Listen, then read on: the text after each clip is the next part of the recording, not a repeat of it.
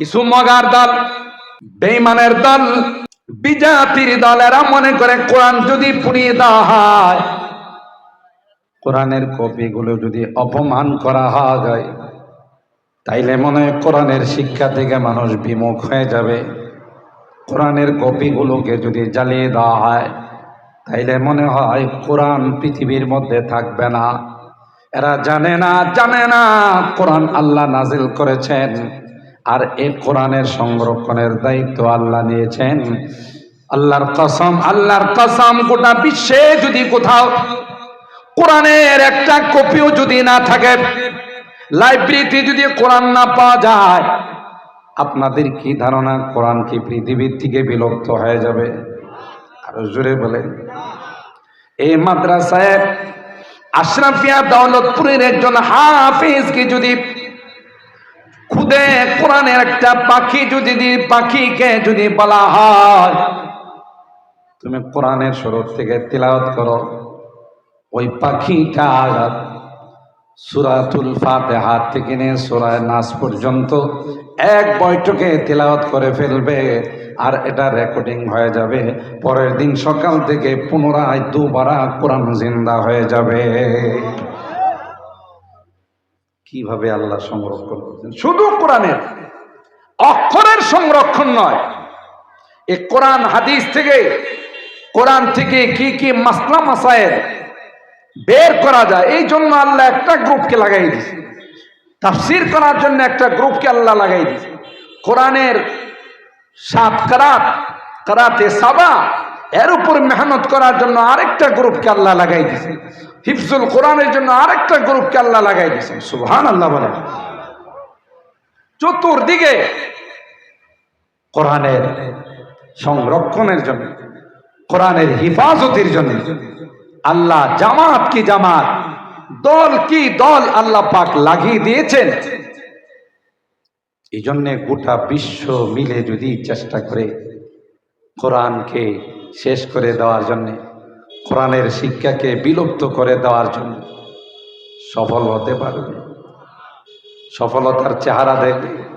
কেন? আল্লাহ বলছেন আমি নিজে নাজেল করছি, আমি তার দায়িত্ব নিয়েছি।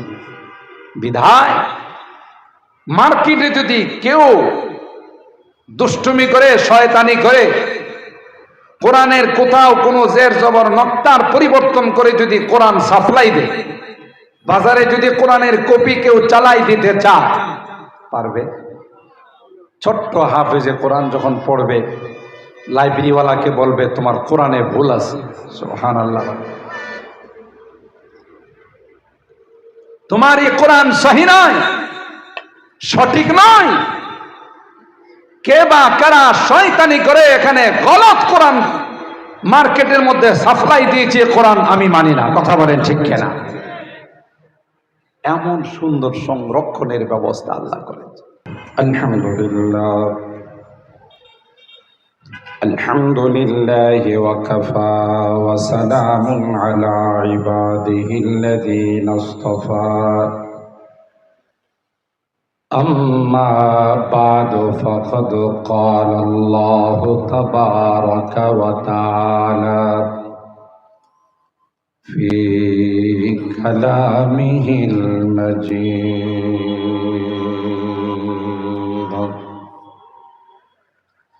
وفي فرقانه الحميد.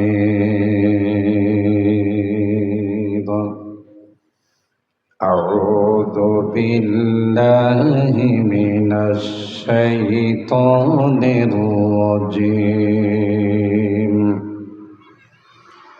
بسم الله الرحمن الرحيم.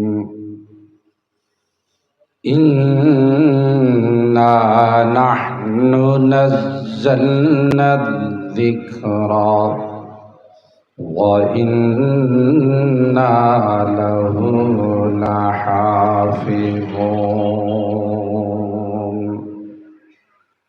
وقال النبي صلى الله عليه وسلم وإن الملائكة لتضع أجنحتها رضا لطالب العلم أو كما قال عليه الصلاة والسلام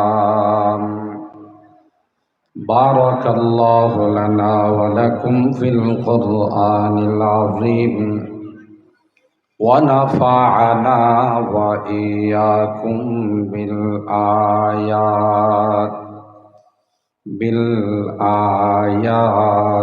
والذكر الحكيم صدق الله العظيم وصدق رسوله النبي الكريم ونحن على ذلك لمن الشاهدين والشاكرين والحمد لله رب العالمين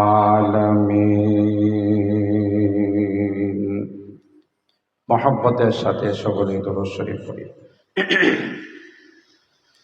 اللهم صل على محمد وعلى آل محمد كما صليت على إبراهيم وعلى آل إبراهيم إنك حميد مجيد اللهم بارك على محمد وعلى آل محمد كما باركت على إبراهيم وعلى آل إبراهيم إنك حميد مجيد আলহামদুলিল্লাহ সুম্মা আলহামদুলিল্লাহ। ঐতিহ্যবাহী মাদ্রাসায়ে আশরাফিয়া দৌলতপুর চারগাঁও বাহুবল হবিগঞ্জ এর উদ্যোগে আয়োজিত 2 দিনব্যাপী 19তম বার্ষিক ইসলামী মহাসম্মেলনের শেষ দিনের সম্মানিত সদর হযরতুল আল্লামা জহুর আলী সাহেব মুহতামিম শামসুল উলুম মাদ্রাসা চুনারুঘাট, আলহাজ মোহাম্মদ আরজুমিয়া সাহেব প্রতিষ্ঠাতা সভাপতি অত্র মাদ্রাসা, হযরত উলামায়ে কেরাম, বেরাদারানে ইসলাম, পর্দার আড়ালের মা ও বোনেরা, আল্লাহ পাকের দরবারে লাখো কোটি শুকরিয়া যে রব্বে কায়নাত অগণিত অসংখ্য মানুষ থেকে নির্বাচিত করে আমাদের কিছু মানুষকে পবিত্র রাজাবুল মুরাজ্জাম মাসের আজকের এই দিনের শেষ অংশে আসরের নামাজ জামাতের সাথে আদায় করে আজকের এই জান্নাতি বরকতি কোরআনী মাহফিলে আসার বসার তৌফিক দান করেছেন। এই জন্যে অন্তরের অন্তঃস্থল থেকে কালিমাতুশ শুকর আদায় করে জোরে সুরে বলি আলহামদুলিল্লাহ। সম্মানিত সুধী, আজকের মাহফিলে অনেক বুজুর্গ উলামায়ে কেরাম মেহমান হিসাবে উপস্থিত হবেন ইনশাআল্লাহ। বাদ মাগরিব খতিবে বাঙ্গাল হযরতুল আল্লামা জুনায়েদ আল হাবিব সাহেব বয়ান করবেন। উদীয়মান তরুণ আলেমে দ্বীন মুফতি আলী হাসান ওসামা সাহেব বাদেশা বয়ান করবেন। হযরত মাওলানা শরীফুজ্জামান রাজীবপুরী সাহেব তিনিও আলোচনা করবেন। তাই আমি খুব সংক্ষিপ্ত সময়ে আমার বিষয়বস্তু বিজ্ঞ উপস্থাপক আলোচনা করেছেন ইসলামী শিক্ষার গুরুত্ব ও তাৎপর্য। এই বিষয়ের উপর কয়েকটি কথা আপনাদের খিদমতে আরজ করার আশা রাখি। আর সেই জন্যে কোরআনুল কারীমের সূরা আল হুজর, সূরা আল হিজর এর 9 নম্বর আয়াতে কারিমা তিলাওয়াত করেছি। সরকারে দু আলম মাহবুব কিবরিয়া সৈয়দুল কওনাইন সৈয়দুল সাকালাইন হযরত মুহাম্মদুর রাসূলুল্লাহ সাল্লাল্লাহু তাআলা আলাইহি ওয়াসাল্লামের অসংখ্য হাদিস থেকে ছোট্ট একখানা হাদিস পাঠ করেছি। চেষ্টা করব আমার বিষয়বস্তুর উপর সংক্ষিপ্ত সময়ের মধ্যে কিছু আলোচনা পেশ করার জন্যে। আল্লাহ পাকের দরবারে তৌফিক চাই, সকলে বলুন আল্লাহুম্মা আমিন। পিছনে কি আছে? পানি মিলাইছে কেন? মিলাইতে হবে না, ফুল গরম দিতে হবে। সম্মানিত সুধী, পৃথিবীতে আল্লাহ রাব্বুল আলামিন, আল্লাহ পাক রব্বুল আলামিন যত নবী রাসূলদেরকে প্রেরণ করেছেন, যে ওয়াদা আল্লাহ রূহের জগতে আমাদের সঙ্গে করেছেন, আলমে আলাস্তুর মধ্যে আল্লাহ তাআলা আমাদেরকে যখন আল্লাহ পাকের একত্ববাদ এবং তৌহিদের শিক্ষা আমাদেরকে দিয়েছেন, সেখানে আল্লাহ তাআলা আমাদেরকে জানিয়ে দিয়েছিলেন যে যেই সবক তোমাদেরকে আমি পড়াইলাম, আমি জানি দুনিয়াতে যাওয়ার পর এই সবক তোমাদের মনে থাকবে না, তোমরা ভুলে যাবে।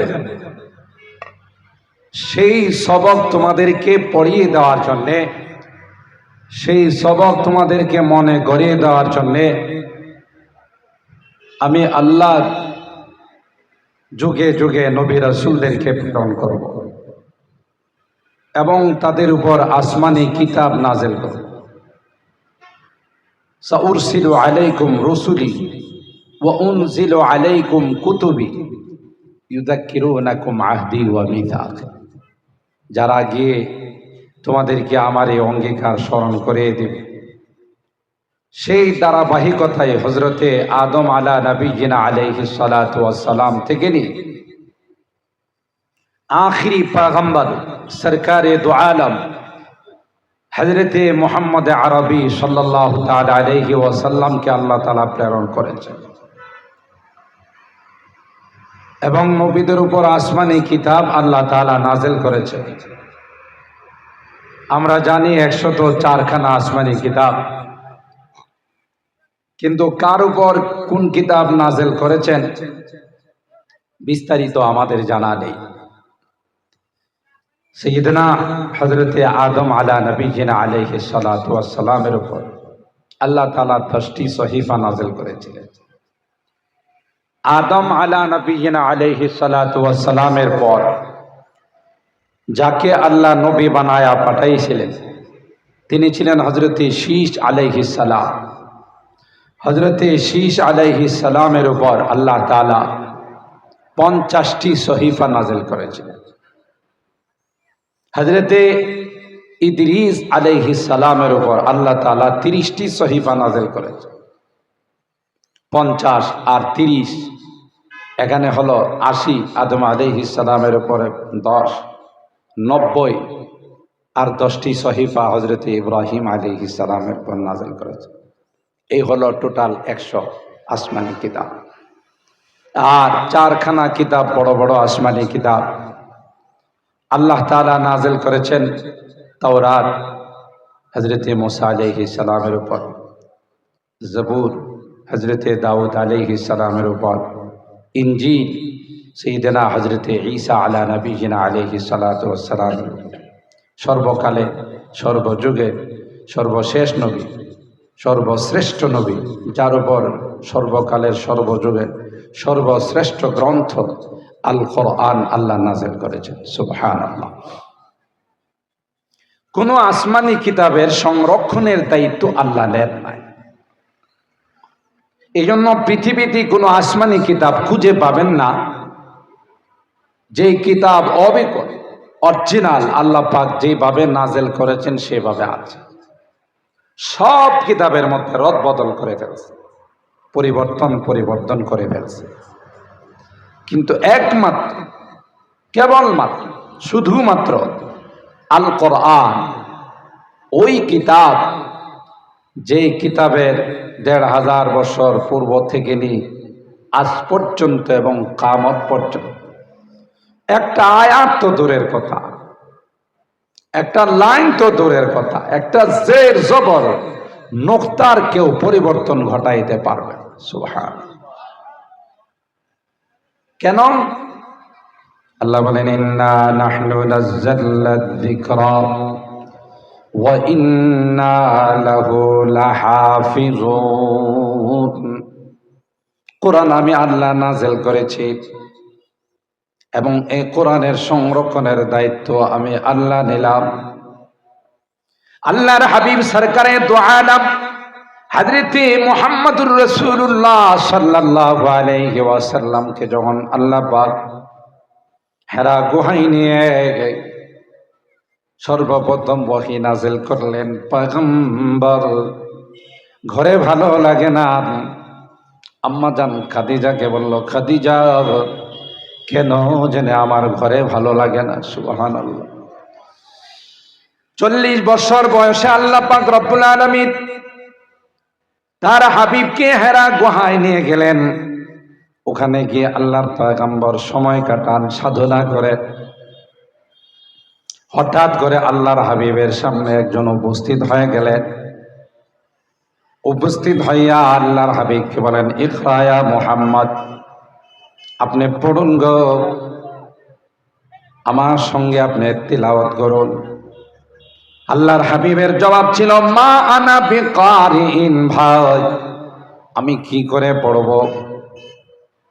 আমি তো কোনোদিন কারো কাছে শিক্ষা অর্জন করি নাই, কোনো মাদ্রাসায় যায় নাই, কোনো টিচারের কাছে যায় নাই, আমি কিভাবে তিলাওয়াত করব? হযরতে জিবরাইল আলাইহিস সালাম আল্লাহর হাবিবকে জড়াইয়া ধরে সিনার সঙ্গে সিনা লাগাইয়া জোরে চাপ দিয়ে ছেড়ে দিয়ে বললেন, ইকরা ইয়া মুহাম্মদ,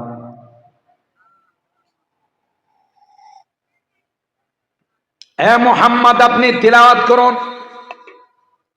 আল্লাহর হাবিবের একই জবাব, মা আনা বিকারিন, ভাই আমি পড়বো কেমন করে, আমি তো কারো কাছে পড়ি নাই। তৃতীয়বার আবার সিনার সঙ্গে জড়াইয়া একই প্রশ্ন, ইকরা ইয়া মুহাম্মদ আপনি পড়ুন। আল্লাহর হাবিব তৃতীয়বারও একই জবাব দিলেন। চতুর্থবার বললেন, ইকরা বিসমি রাব্বিকাল্লাযী খালাক, খালাকাল ইনসানা মিন আলাক, ইকরা ওয়া রাব্বুকাল আকরামুল্লাযী আল্লামা বিল কলম। যখন বললেন আপনার রবের নামে আপনি তিলাওয়াত করুন, কথা বলতে দেরি হয়, পয়গম্বরের তিলাওয়াত শুরু করতে দেরি হয় নাই। সুবহানাল্লাহ জুড়ে বলে। যখন বলা হলো আপনার নবের নামে আপনি তিলাওয়াত করুন, সাথে সাথে আল্লাহর নবীর জুবান আল্লাহ খুলে দিলেন, তিনি তিলাওয়াত শুরু করে দিলেন। এবার আল্লাহর হাবিব জিবরাইলের সঙ্গে বারবার ঠোঁট নাড়াচাড়া করেন, বারবার তিলাওয়াত করেন। আল্লাহ পাক তার হাবিবকে জবাব দিলেন, আমার হাবিব, কোরআন আমি নাযিল করেছি, এই কোরআন আপনার সিনায় সংরক্ষণের দায়িত্ব আমার। আপনি তাড়াহুড়া করবেন না, কোরআন যেন আপনার সিনার থেকে চলে না যায়, কোরআন যেন আপনি ভুলে না যান, সেই ব্যবস্থা করার দায়িত্ব হলো আমি আল্লাহ। লা তুহাররিক বিহি লিসানাকা লিতাজালা বিহি ইন্না আলাইনা জামআহু ওয়া কুরআনা ফাইযা ক্বরানাহু ফাত্তাবি কুরআনা সুম্মা ইন্না আলাইনা বায়ানা। এ আমার হাবিব, তাড়াহুড়া করবেন না। লা তুহাররিক বিহি লিসানাকা লিতাজালা বিহি ইন্না আলাইনা জামআহু ওয়া কুরআনা। এই কোরআন আপনার সিনায় জমা করে দেওয়া, আপনার সিনায় সংরক্ষণ করে দেওয়া, আপনার মুখস্থ করে দেওয়ার দায়িত্ব হলো আমি আল্লাহ। শুধু তাই নয়,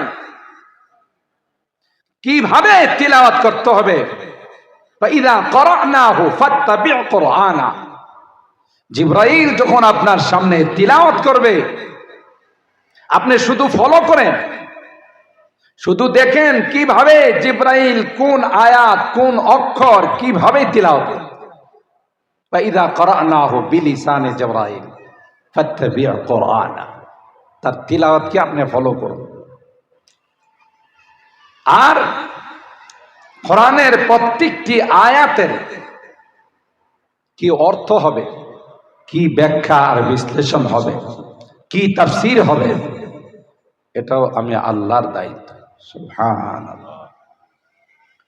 সেই ধারাবাহিকতায় আল্লাহ পাক রব্বুল আলামিন বলেন, যেহেতু তাওরাতের কোনো দায়িত্ব আমি নেই নাই, ইনজিলের কোনো দায়িত্ব নেই নাই, জবুরের কোনো দায়িত্ব আমি আল্লাহ নেই নাই, এজন্য গোটা বিশ্বে একজন তাওরাতের হাফেজ পাওয়া যাবে না, গোটা বিশ্বে একজন ইনজিলের হাফেজ পাওয়া যাবে না, গোটা বিশ্বে একজন জবুরের হাফেজ পাওয়া যাবে না। তো আল্লাহর মেহেরবানিতে 1 লক্ষ 2 লক্ষ নয়, 1 কোটি 2 কোটি নয়, অগণিত হাফেজে কোরআন গোটা বিশ্বের মধ্যে আল্লাহ পাক বানিয়ে দিয়েছেন। সুবহানাল্লাহ। কোরআনে আল্লাহ বলেন, ওয়ালাকাদ ইয়াসসারনাল কুরআনা লিযিকর ফাহাল মিন মুদ্দাকির। শুধু তাই নয়, আমি আল্লাহ কোরআনকে সহজ করে দিয়েছি। যখনই হাফেজে কোরআনরা কোরআন সামনে নিয়ে বসে রে, এতটাই আল্লাহ সিনা খুলে দেন, এতটাই সহজ করে দেন। এমনও হাফেজ পৃথিবীর মধ্যে আছে যারা এক বৈঠকে আধা পারা কোরআন শোনায়। কত? আধা পারা, 10 পৃষ্ঠা। এত ট্যালেন্ট, এত মেধাবী, সবক শোনাইতে পারে যদি এক বৈঠকে আধা পারা। ওই বাচ্চাটার হাফেজ হইতে কয় মাস সময় লাগবে বলেন? বলে 2 মাস। 30 পারা কোরআন না, আধা পারা করে যদি সবক দেয়, তাইলে দেখা গেল সে 60 দিনে কোরআন খতম করে দেবে। সুবহানাল্লাহ। 2 মাসে হাফেজ বানাইতে পারেন আল্লাহ। এটা দুনিয়ার কোন মানুষের কারিশমা নয়, এটা আসমানের মালিক আল্লাহ কুদরত ছাড়া বিকল্প কিছু হয় না।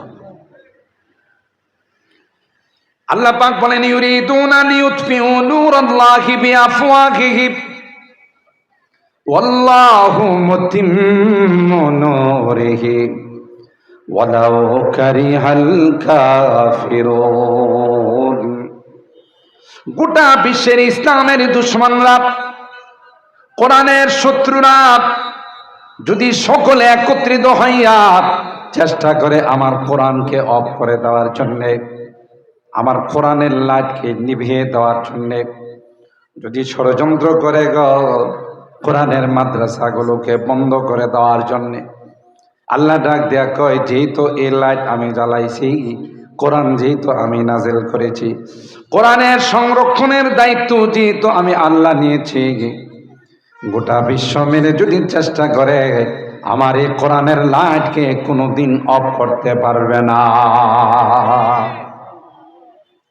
ওয়াল্লাহু মুতিম্মু নূরিহি ওয়ালাউ কারিহাল